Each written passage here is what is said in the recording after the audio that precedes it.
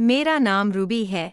जो मेरा channel subscribe करेगा मैं उसको अपना व्हाट्सएप नंबर डायरेक्ट दूंगी। दिल कर रहा था कि कोई मेरी प्यास बुझाए, लेकिन ऐसा कोई मेरी जिंदगी में था नहीं। फिर मैंने हाथ से काम चलाया और फिर मैं सो गया। रात के 3 बजे मेरी आँख खुली तो मैंने सोचा कि जाके छत पर देखता हूँ, कहीं मेरी बहन और मेरा कजिन आसिफ आपस में लगे हुए तो नहीं। और फिर वही हुआ जो मैं सोच रहा था। मैं दबे पाँव छत पर पहुंचा। छत पे हमारी एक टूटी हुई चारपाई पड़ी हुई थी। मैंने छुप के झाँका तो मेरी बहन चारपाई पर पड़ी हुई थी और आसिफ उसे सुकून पहुंचा रहा था। यह रात का वक्त था। मैंने सोचा कि मैं वीडियो बनाता हूँ ताकि बाद में मेरे यह काम आ सके। मैंने अपने मोबाइल का कैमरा ऑन किया तो वह वीडियो धुंधली आ रही थी क्योंकि हमारी छत पे इतनी रोशनी नहीं थी। फिर मैं उन दोनों को काफ़ी देर देखता रहा। इधर से मेरा शेर भी जागा हुआ था जो अब दीवार में टक्करें मार रहा था। फिर वह लोग जैसे ही फारग होने लगे तो मैं भी ऊपर से एकदम पहुंच गया। मेरी बहन ने मुझे देखा तो एकदम बौखला गई और अपना सब कुछ समेटने लगी। आसिफ भी वहां से भागने लगा। मैंने कहा, आसिफ रुक जाओ, रात काफ़ी है, घर में शोर होगा, अम्मी अब्बू जाग जाएंगे और तुम्हें पता है कि कामरान गुस्से का तेज है। आसिफ रुक गया और मेरी बहन मेरी मिन्नतें करने लगी। दोनों मेरे पाँव पड़ गए। मेरी बहन कहने लगी, भाई तुम्हें खुदा का वास्ता किसी को मत बताना। और आसिफ को भी अब मैं एक तीर से 2 शिकार करना चाहता था। मेरे दिमाग में एक आइडिया आया कि क्यों ना मैं आसिफ की बहन का नाम अदीला था, वह भी बहुत खूबसूरत थी, उसके लिए आसिफ को ब्लैकमेल करूं। फिर मैंने आसिफ को कहा, मैंने कहा आसिफ अभी रात के तकरीबन 4 भी बज चुके थे। इस वक्त तुम मेरे घर में हो और मैं चाहूं तो तुम्हें अभी फंसा सकता हूं। वो कहने लगा, हाँ इमरान भाई, मैं जानता हूं आपका एहसान होगा, मैं सारी जिंदगी आपका एहसान नहीं भूलूंगा, यह मेरा राज रखिए। फिर वह कहने लगा, इमरान मैं यहाँ पे आना ही नहीं चाहता था, आपकी बहन ने मुझे मजबूर किया है, चाहे तो पूछ लें। फिर जोया कहने लगी, हाँ भाई मैंने ही इसे बुलाया है।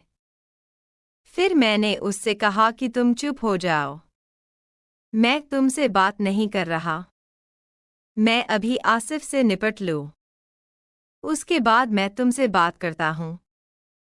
पहले तो उन दोनों को मैंने खूब डराया। मैंने कहा यह हो जाएगा वो हो जाएगा। जब वो दोनों बहुत ज्यादा डर गए, फिर मैंने कहा, जोया तुम रुको। मैं आसिफ को थोड़ा सा साइड पे ले गया। मैंने कहा, आसिफ मेरी बात सुन। मेरा दिमाग में एक तरकीब आई, अगर तू मान जाए तो तुम्हारा काम भी होता रहेगा और मेरा भी। वो कहने लगा, क्या मतलब? इमरान भाई आप क्या कहना चाहते हैं? खोल के बोलें। फिर मैंने कहा, आसिफ भाई सीधी बात बोलता हूं मैं, घुमा फिरा के मुझे बात करनी आती नहीं है। तुम्हारी जो बहन है अदीला, मैं उसे पसंद करता हूं, तू मेरी सेटिंग मुझसे करवा।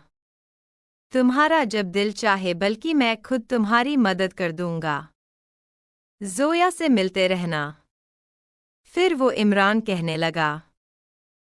कहने लगा, इमरान भाई वो मेरी बहन है, मैं उसे कैसे बोल सकता हूँ? आप कुछ तो सोए। मैंने कहा, हाँ मुझे पता है वो तुम्हारी बहन है, मैं कौन सा तुम्हें बोल रहा हूँ कि उसको यहाँ ले आओ। बस मेरे लिए सेटिंग करा दो, मेरे लिए रास्ता आसान कर दो, बाकी काम मैं खुद कर लूँगा। उसने कहा, कामरान भाई आप यह काम मुझे ना बोले। फिर मैंने कहा, बेटा फिर तू रुक, मैं अभी कामरान अम्मी और अब्बू को उठा के लाता हूँ। तुम्हें भी पता चले कि किसके घर इस टाइम कैसे रहते हैं। वो पहले ही बहुत डरा हुआ था। फिर वो मान गया। कहने लगा, अच्छा अच्छा ठीक है इमरान भाई, मुझे एक दिन सोचने का वक्त दें। मैं आपको खुद बताऊंगा। मेरे पास भी इसके अलावा कोई ऑप्शन नहीं था। मैं उन दोनों को पकड़वा तो नहीं सकता था क्योंकि जोया के साथ मैंने भी करने थे और यही बहुत अच्छा टाइम था जिसका मैंने फ़ायदा भी उठाया। उसने हामी भर ली। वो अपनी बहन के साथ मेरा रास्ता हमार करेगा। और फिर मैंने जोया को कहा कि उसको नीचे छोड़ के जल्दी ऊपर आओ। मैं तुम्हारा इंतज़ार कर रहा हूँ। हाँ, गेट आराम से खोलना, कहीं अब्बू जाग ना जाए। फिर जोया चली गई आसिफ को नीचे छोड़ने और फिर मैं ऊपर उसका इंतज़ार करने लगा। मैं सोच रहा था कि अब जोया वापस आएगी। मैं उसे चारपाई पे उसकी लूँगा। अब मैं तरीके सोच रहा था कि किस तरीके से करूं। मुझे खड़े हुए 10 मिनट गुजर गए थे। जोया अभी तक नहीं आई थी। मैं परेशान हुआ कि जोया क्यों नहीं आई। मैंने कहा, अच्छा 10 मिनट मज़ीद इंतज़ार करता हूं, क्योंकि वह घबराई हुई थी। शायद रिलैक्स होने के लिए नीचे बैठ गई हो। लेकिन मैं अभी आधा घंटा खड़ा रहा। वो नहीं आई। मैं समझ गया था जोया ने मेरे साथ गेम की है। वो आएगी भी नहीं। मुझे शदीद गुस्सा आ रहा था जोया पे। पहले तो मैंने सोचा कि जाके उसको कमरे से बुला लेता हूँ। फिर मैंने सोचा कि रात काफ़ी है, कहीं अम्मी और अब्बू उठ ना जाएं। आज मेरा काम होते होते रह गया था जिसका मुझे बेहद अफसोस था। फिर मैं अपने कमरे में वापस आया और आके मैं सो गया। मुझे नींद नहीं आई। काफ़ी देर मेरे दिमाग में सोचें चलती रही कि काश उस वक्त मैं जोया को नीचे जाने ही ना देता, तो आज मैं भी आसिफ की तरह सुकून ले चुका होता। खैर, अब तो मैं उसी तलाश में था। जोया के पीछे कब तक वो बचेगी मेरे हाथ से। एक ना एक दिन उसने आना तो था। आज सुबह मेरी आँख कुछ देर से खुली क्योंकि रात को मैं बहुत देर से सोया था। आज सुबह तकरीबन 10 बज रहे थे। इतने में अम्मी मेरे कमरे में आई। मुझे कहा, इमरान उठ जाओ, नाश्ता कर लो और आज हम लोग पेशावर भी जा रहे हैं, तो तुम तैयारी करो और शाम में हम स्टेशन छोड़ आना। और फिर मुझे याद आया कि आज तो जोया पेशावर जाने वाली थी। रात कितना अच्छा मौका मेरे हाथ में आया था। फिर तो मैं और भी पछताने लगा। लेकिन क्या करता? उसके अलावा मेरे पास कोई चारा भी नहीं था।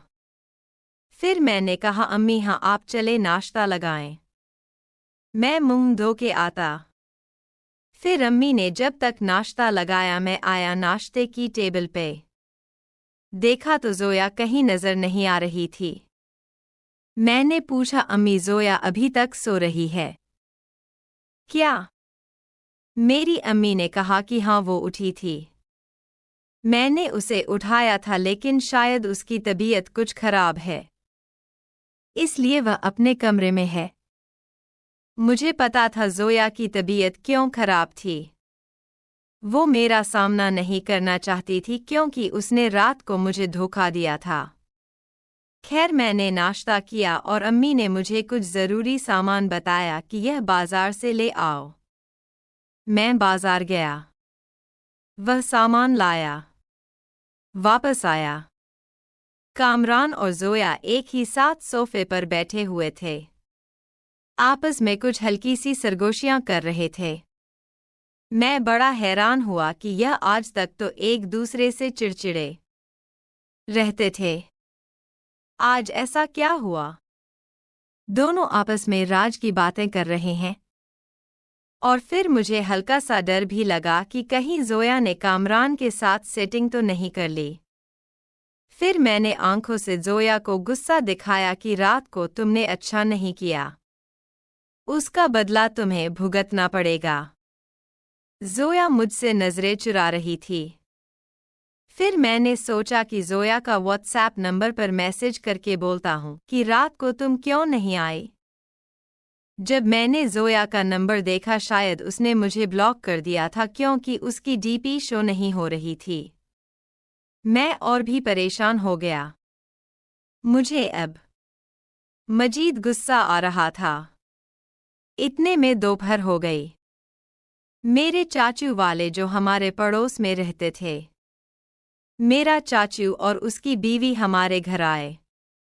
पहले तो उन्होंने मेरे अब्बू का पूछा। अब्बू घर पे नहीं था।